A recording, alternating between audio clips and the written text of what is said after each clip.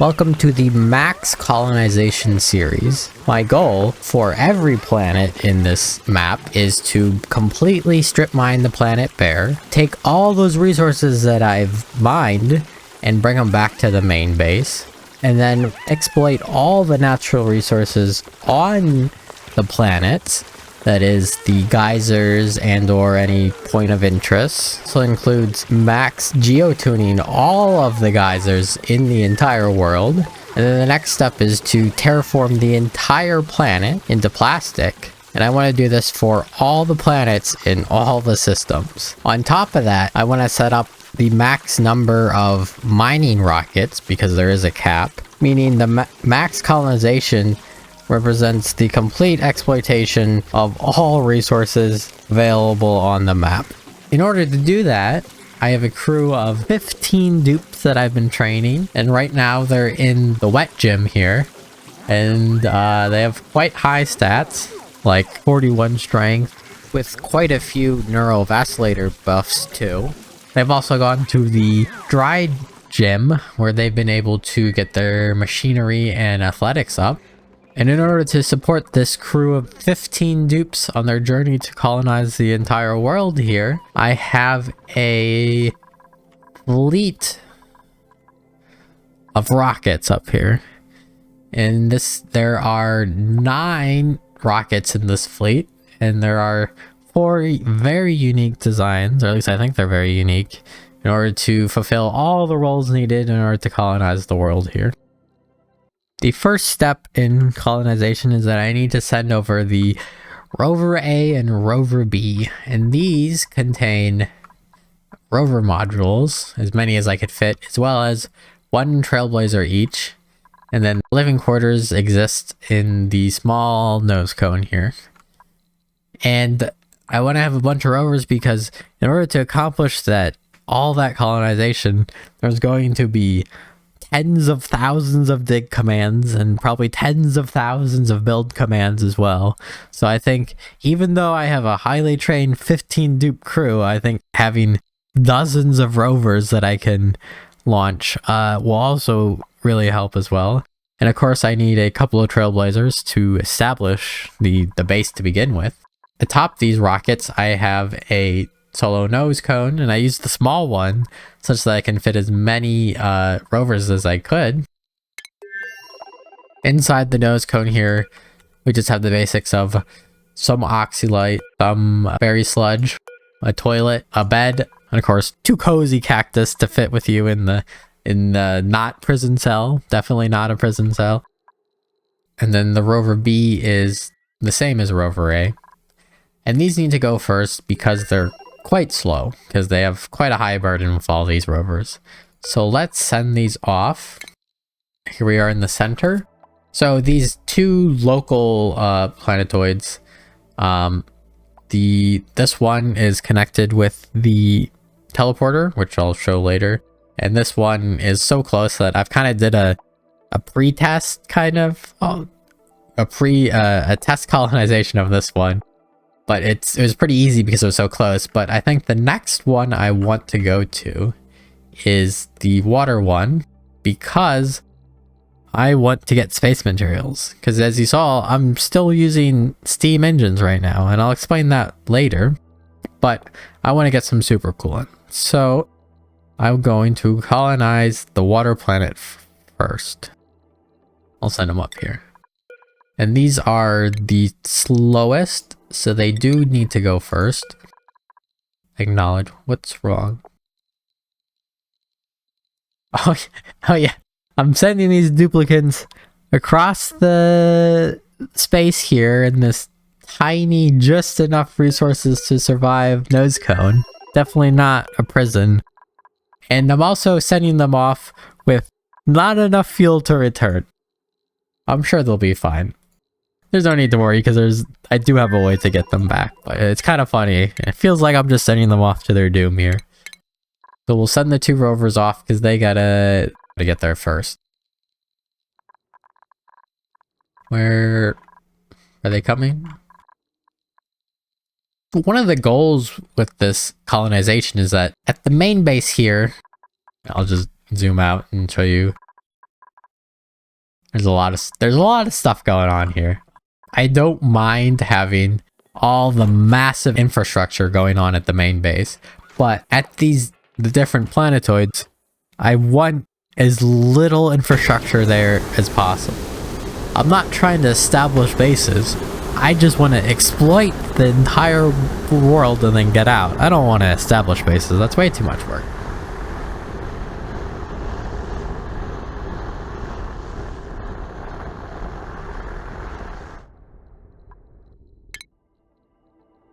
Yeah, these take a while. 8.5 cycles.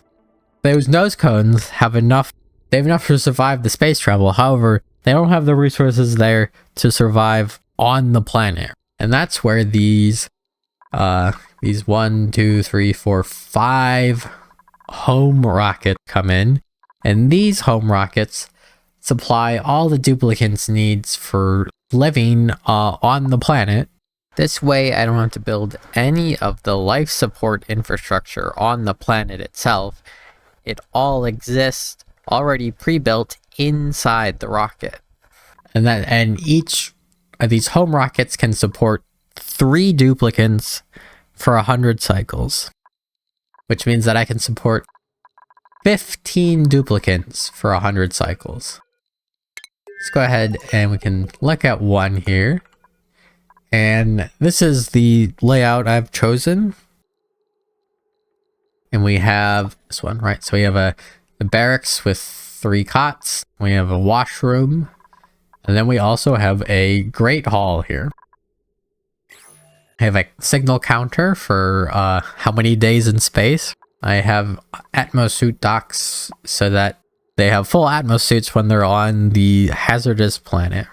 Oh, and I almost forgot that on these rover modules, I want the duplicants to be using the oxygen that comes from the oxalite and the little bit that's in the gas pipe, instead of using the oxygen that is stored in the atmosuit, because these dupes are going to need those atmosuits in order to land on the planet for the first time.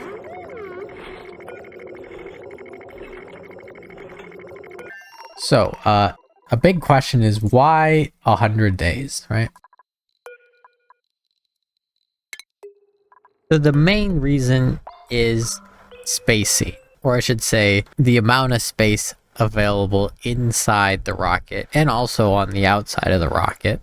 I'll go through all the life support systems, but it kind of just works out where 100 days is kind of the max I can fit in one spaceship, because one of the key design features is that I want to be able to support 3 dupes per home rocket.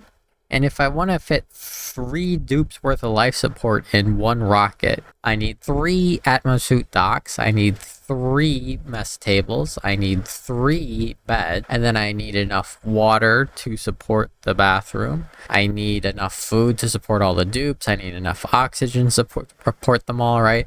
There's just a lot of stuff that has to fit inside this package. And the reason I want 3 dupes per rocket is that one of the limiting factors here is that some of the planets are actually quite skinny. And this means I can only fit a limited number of rockets across the top of the planets I land on. I think in some cases, the 9 rocket fleet might even be too large to land on some planets. I think some planets can't even support the full 9 rockets.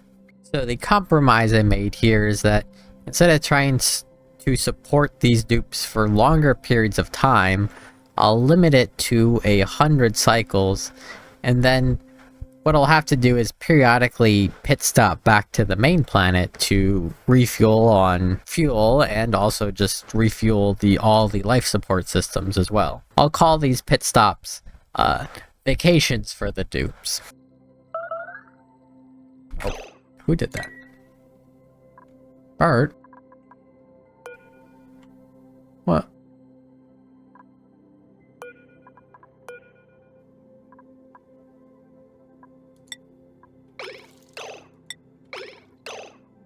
What?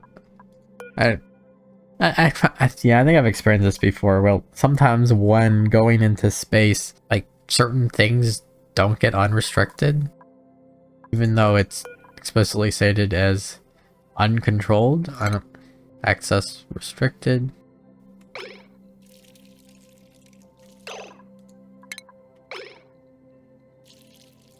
I think that should work now. I've had that before where like going into space, like not all the restrictions like transfer properly. I don't know. Okay, what was I talking about? Oh, the home modules in why 100 days. One of the reasons is that we can look at the bathroom loop. So all the water is in the piping. If you just fill the entire map with pipes, it kind of works out.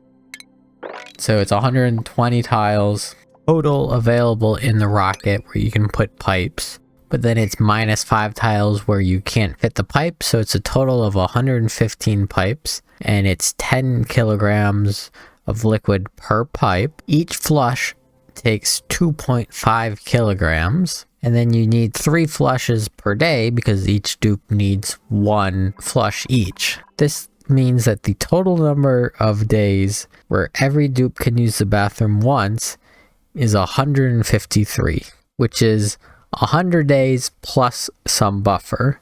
And we get this many by simply filling up the map with pipes, thus not actually taking up any space. On the bathroom loop, we also need hand sanitizer. To simplify this, I simply just place 2 hand sanitizers next to each other, so when one runs out, they'll just use the other one. So it's 15 kilograms of bleach stone per hand sanitizer station. It requires 70 grams of bleach stone per use, and we need 3 uses per day because we have 3 dupes in the rocket. And then we have 2 stations, so which gives us 142 days of hand sanitizer simply by placing 2 buildings and then just filling them up. Simple enough. This is also the same thing for the fridge and the food. You just fill the entire fridge up with berry sludge. So one fridge can hold 100 kilograms of food. For berry sludge, you get 4,000 kilocalories per 1 kilogram, and you need 3,000 kilocalories per cycle. That is 1,000 kilocalories per dupe, which nets you 133 days of food, or 100 days plus a buffer. And again, I get this simply by just filling up the fridge. Just by filling these things up, you get like 100 plus days worth of survival out of it. So this leaves the big, most complicated one here is the oxygen. And I actually have oxygen supplied 3 ways. And then there are 2 consumers of oxygen. So there's 3 producers and 2 consumers. So the 2 things that use oxygen is the cabin, and that is when the dupes are traveling in space or they're just resting inside the faculties inside the cabin. And the other way they need oxygen is for the suits, because in order to work on these hazardous hostile planets, I want them to be able to use suits the whole time, and those suits need oxygen. So the first way is that while it's docked, I just have oxygen being piped in and that fills the cabin. But while in space and on a different planet, I have a storage bin with 20 tons of oxalite. And I also have 2 large gas canisters, each with 11 tons of oxygen. So in total, I have 22 plus 20, so I have 42 tons of oxygen per rocket. I think that's extreme overkill because each dupe is 100 grams per second, and then you have 600 seconds in a day, and you need 3 dupes, which results in 233 days worth of oxygen. So this is probably the only kind of weird one and odd one, is that once you get access to oxalite, you might as well just use all oxalite because it's easier to handle, and then just set up a pump to fill up the atmosuit docks with oxygen. And the main problem with that is why I didn't do that here is that this is a great haul, and basically I value that +6 morale more than I value the pump. Because if I were to put a pump in here, then that would count as industrial machinery and I'd no longer get a great haul. Maybe I could make it work for a mess haul, but I wouldn't get this +6 morale bonus. And that bonus is pretty important because it's for the dupes and they're quite highly skilled and they have a lot of stat points, and all those stat points make them significantly better for mining and building and carrying and everything else. So I'd much rather have those stat points. The way I have it set up is that the oxygen from the tanks supply the suits, but the oxygen from the oxalite supplies the cabin. This brings up another important aspect of the design, the power supply, and what happens if the power is limited or the power gets interrupted. So first, the power is supplied via solar panels and battery. This way, while in space and landing on a planet, the solar panels can generate energy, while the battery also allows it to be hooked into greater electrical systems. The most important thing here, though, is that the way I have it set up, in order to use the bathroom, you don't need power. In order to wash your hands, you don't need power. In order to get food out of the fridge, you don't need power, because the fridge is unpowered because the berry sledge never spoils. In order to get oxygen, you don't need power because the oxalate will just naturally sublimate in the cabin. This means that if the power goes out, the dupes are not at any risk of dying or any risk. All the life support still works. The only thing that goes down when the power goes down would be the suits, which means that they are trapped inside the home rocket. However, the home rocket contains all of the supplies they need to survive, so it's not that bad of a situation. The CO2 is handled by just deleting it with overpressure with the oxalate inside the cabin. So this means that sometimes the dupes do get overpressured and they get the stress debuff. However, with all of the other accommodations, this really doesn't ever become an issue. So this means that all of these life supports are greater than 100, but I'm kind of just calling it 100. Basically, I'm looking at this counter, and when it gets to 100, I gotta send them back because it takes, 10 or so days to actually make it back. But there's also quite a bit of buffer built in too. I do want to protect these dupes. They are quite valuable at this point.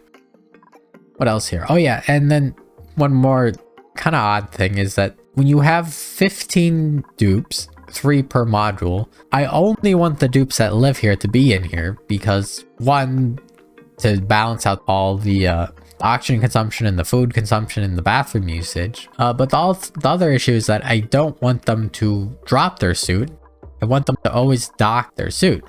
It really just messes with the balance of things, which means that I need a door in front of the dock, which only allows the people that live in this rocket to enter the rocket. You can block access to everybody else.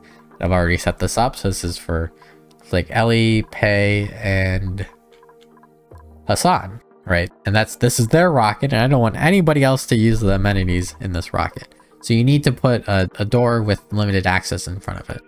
And originally I had put the door where this phone is, right? But the problem is that just doesn't work. I know something about this hatch means that they can just like skip over it and they don't have to look at these restrictions, which means I had to push everything back one. Right, and the other option is that you could put this door like on the outside. Right, you could put a door, depending how your ladders are set up, you could limit the access with it on the outside. However, there's a couple reasons why I don't want to do that. One is that the entire top row of the planet will probably be filled with rockets, so it's going to be quite annoying to, because so like they have to like pass over each other, but I need them not to pass, like get in, and like I don't know, it's just kind of a mess. It's really tedious to set up all of these doors for all these rockets based on who can go and who can't go, and I don't want to do that per planet. I want to do that once, and I want to put in the rocket, so I just bumped the entire checkpoint back by one space, and now the interaction between the hatch and the door works properly if you put the space in here. So that covers all the life support systems a dupe would need on a foreign planet. Although there's one loop that I haven't talked about yet, and that is the Atmosuit repair loop, which I'll get to. And I've set up all these systems and I've gone through all of it here because while we're on the planets colonizing them, I don't want to spend any time micromanaging all the dupes and all the life supports and making sure they get in the right rockets and making sure they eat food and making sure they have enough food, etc, etc, etc. I don't want to micromanage any of that stuff, so I spent all this time setting it up ahead of time so that we don't ever have to worry about it. In addition to all these things, I've also set up the dupe schedules so they're staggered properly per rocket. They're staggered because there's only one bathroom, and I've set up their priorities and their skills and their talent points, and like basically I've just set up everything ahead of time such that we don't have to worry about micromanaging them. So now it's time to send the home rockets.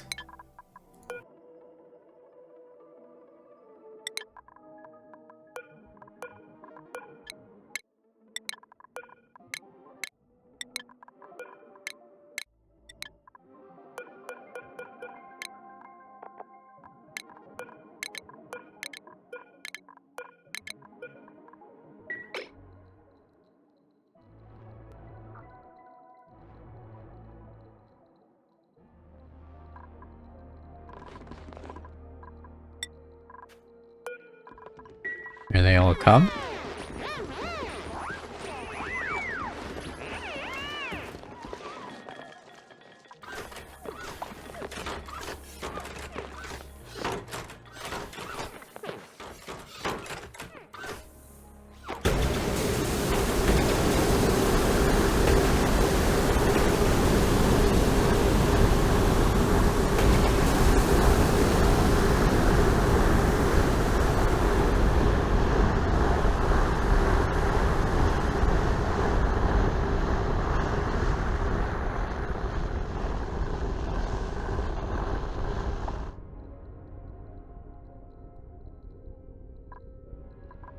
Alright. There they are. They're about a cycle behind. That's fine. Here they are, happy in their home rockets. These are the nice ones. These are less prison-like. So, there are 2 more rockets in the fleet here. This 10th rocket isn't part of the colonization fleet. It's just a science rocket. The next rocket we have is the Resupply Rocket. In order to establish all these colonies, I need a lot of supplies, and the home rockets are full of all the life support, and the rover rockets don't really have room, and they're not really meant to carry supplies. I mean, you could dump supplies in any of the rockets, but they're very slow, and I want the Resupply Rockets to be faster because they're probably going to have to make a couple trips back and forth in order to get all the supplies needed. So this resupply rocket has the big module and a gas cargo container with steam. We have an empty cargo bay and then a bunch of power. And so this resupply rocket contains steam. Once landed on the planetoids, we'll have to set up like the gas unloaders and then unload the gas in order to refill all the rockets. And this has enough steam for 2 or 3 full refills of the entire fleet. And then we can go inside. And this one is full of supplies. And it's kind of weird. So the final loop that needs to be taken care of is the Atmosuit loop, because the Atmosuits degrade over time and they have to be repaired. Of course, on the new planet, I could just build exosuit forge. However, I want as minimal amount of infrastructure on that planet required, so I might as well just make a whole resupply rocket here. But there's more to it than that. In this resupply rocket, we have like just the bare needs of a toilet and a cot and a mess table here. And then the rest is taken up by supplies. And here we have 120 spare Atmosuits, along with 2,000 reed fibers, along with the exosuit forge. So this takes care of all of the exosuit needs. Then we're also bringing things like steel and ceramic and glass and gold and obsidian and just that kind of thing. Also, I've spilled some naphtha in here in case I need to do some quick and dirty liquid locks somewhere. But the main thing that you keep seeing being dropped in here is the plastic. And here's the thing. If I want to brick up the entire world, my estimate is that I'll need about 5,000 tons of plastic. So, right now, I'm just dropping it in here, and there's a lot of plastic in here.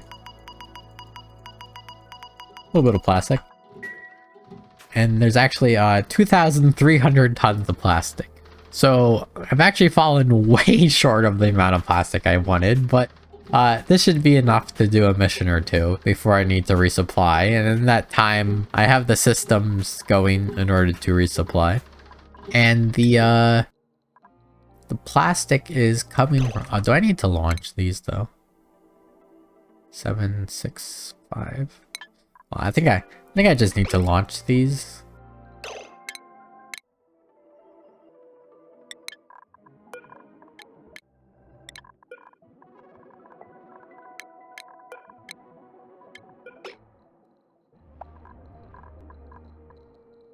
I'm just gonna pause it for now. There's a lot of plastic coming in, and this means that some of this plastic can be quite hot, right? You can see it's 116 degrees, 120. That's because where the plastic is produced, it is quite hot. And it is cooled down, but it's not fully cooled down and just left to its own devices. This might just heat up, which means that I do need to provide active cooling to the rocket, right? So all the supply rockets have active cooling to them. And basically, it comes in through the port and goes out through the port. Once it leaves the main base, the shutoff will happen and it'll just lock in whatever water is in here. And that water also feeds the toilet for whoever is going to have to fly with all this stuff. So this is the resupply rocket, and this contains all the supplies needed for a colony to, colonize an entire world. As they're colonizing the world, I'll probably have to make several extra trips back and forth with the resupply rocket just to get more supplies. In this way that I can send one rocket back to get supplies instead of sending the entire fleet back to get supplies. Here's the active cooling here. And then it has a bypass for when the rocket's not here, but it's going in and out. This is the Planetary cargo rocket. And this rocket also gets active cooling. And here, you can take a look at this lovely interior here. Basically, we have the bare minimum to survive. Alright, we have a bathroom. We have a refrigerator with a little bit of food. We have a ladder, etc., etc. There are no rooms. And the entire rest of the cabin is filled with auto sweepers and conveyor loaders and conveyor receptacle fittings. And basically, the idea is that when I'm at the planetoid, I want to transport all of the resources back to the main base. I don't want to leave any of it. I want all the resources. The dupes will come in and these will be set to sweep, and they'll sweep up all the materials and move them by hand and drop them off at these 2 drop points. And all the resources of the planet will kind of fit into the like an infinite storage. Well, all solids are technically infinite storages in this game. And then all come here, and then we'll fly this entire rocket back, and then at the main base, instead of manually unloading it, I have the infrastructure in order to automatically unload it, right? So I'm using manual labor at the planetoids to load everything in because I don't want to set up infrastructure. But at the main base, I have static infrastructure for the unload. Obviously, all these produce heat, and who knows what temperature all the materials will be at when they get dumped in. So this also requires active cooling. But on the flip side of that, oh, the way I've set up this spaceport is that I have all these rockets going across. And then I put in a couple of disabled platforms, and I call these spacers. And then at the other end, I put in all of the conveyor receptacles and gas receptacles and gas imports and whatever, imports and outports and whatever, and all the support stuff. And this way, all the support parts are over here, and then all the rockets are over here.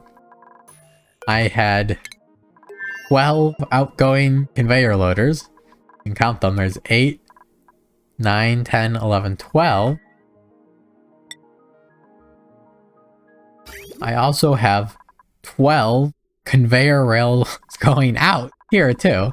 And here they go along, and they go across, and then they come to, and then they all get dropped off at the same point, which is this infinite storage here with a whole bunch of just sitting there. And I'm a little afraid to mouse over it because it causes lag.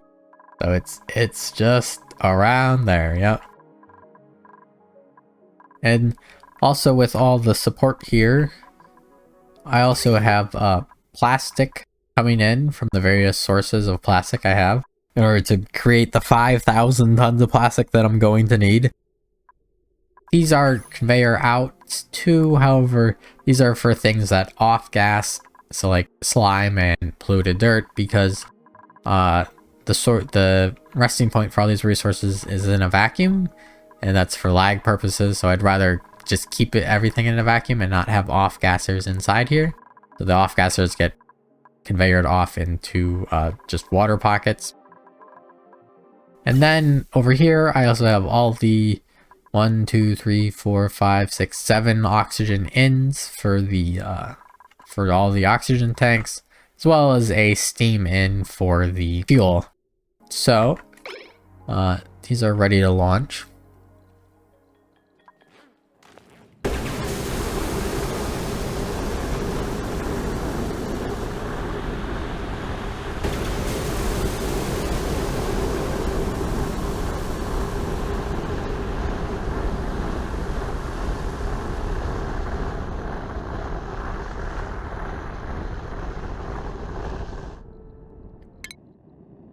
Now we have our 15 dupes and 9 rocket fleet is in the air. And it's gonna take them a little while to get there. They're in steam rockets. And they're all pretty heavily burdened down. So I guess while they're in flight for another 6 cycles, I wanted to show off and explain basically the remaining of the main base and also the local planets that I've already established, or I should say I've already colonized, because these are all self-sufficient. So I've set up all the main base and all the secondary bases so that they're all self-sufficient and infinitely sustainable, so that while we're doing the colonization, I don't have to worry about the main base at all. I guess one thing, you can see that the water is going through the bypass so that the active cooling does not get blocked while there is or is not rockets there, right? It does not matter. Oh yeah, it reminds me, I need to... There's a couple special things with these resupply rockets. So again, I don't have Atmos suit checkpoints here, so I would need them to not use their Atmos suits while they're in the cargo hold here, because I do have oxygen supply. And this one's probably the worst one to live in. And in fact, one of the problems is that the decor is so negative, because there's so much equipment here. That Lyra here, while she's flying, unfortunately, I actually need to give her a sedative, otherwise she'll just die of stress. So, here, let me go ahead and give Lyra a sedative so she doesn't die on the Planetary cargo ship, because she's basically flying cargo right now, and it's not very pleasant. So we just have her sleep a lot, and she'll be better off. Okay, So that sets up, I think that sets up everything. So I think everybody is safely on their way now. I love this screen. I think it's so cool when you have rockets flying about. It really makes you feel like you're flying across space.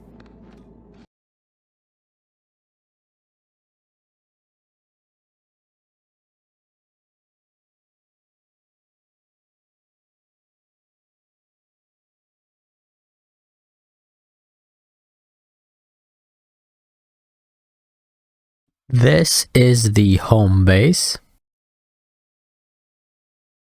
And here at the home base we have the spaceport with rockets and heat sinks and the science rocket. The input and output support structures for the spaceport.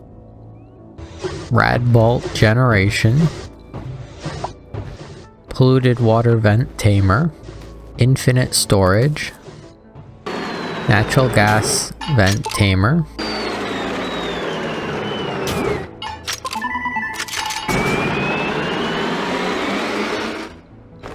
Cool steam vent tamer, chlorine vent tamer, Draco Ranch, Dasha salt vine farm, clay farm, cool salt slush geyser tamer, spam plus hydra plus oxalite production, industrial brick, domestic arbor trees and fertilizer and untamed chlorine vent, ethanol into polluted dirt, into power production, Hoke shell farm, wet gym, grub and grub fruit farm with mug collection, bathroom loop overflow and dry gym, bathroom and kitchen and deep freezer and great hall and nature reserve, bedrooms,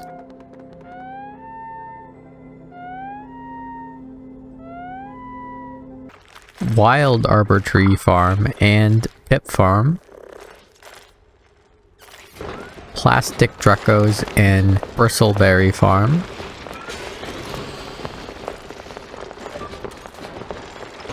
sleet wheat farm, magma pump, magma powered refined phosphorus and magma powered rust melter, magma powered power, a piece of plastic. This is the teleporter attached world, which I have also colonized.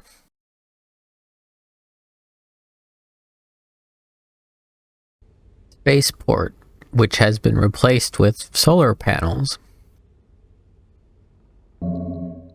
Input and output thingies. Saltwater geyser tamer. Living quarters for the one dupe that lives on this planet. Bedrooms, great hall, bathroom, and bathroom loop. Saturn critter trap hydrogen farm. The one dupe that lives on this planet. Sulfur geyser tamer. The oil biome with all oil wells and natural gas vent. The double petroleum boiler, which makes plastic, powered by volcano.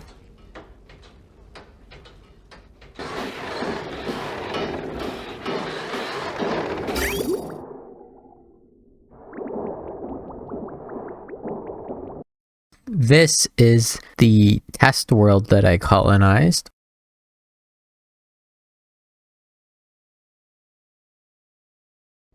Spaceport. Animal sanctuary. Beware. Self-cooling metal volcano tamers. another self-cooling tamer volcano, 2 unused natural gas vents, polluted water vent tamer, the radioactive biome,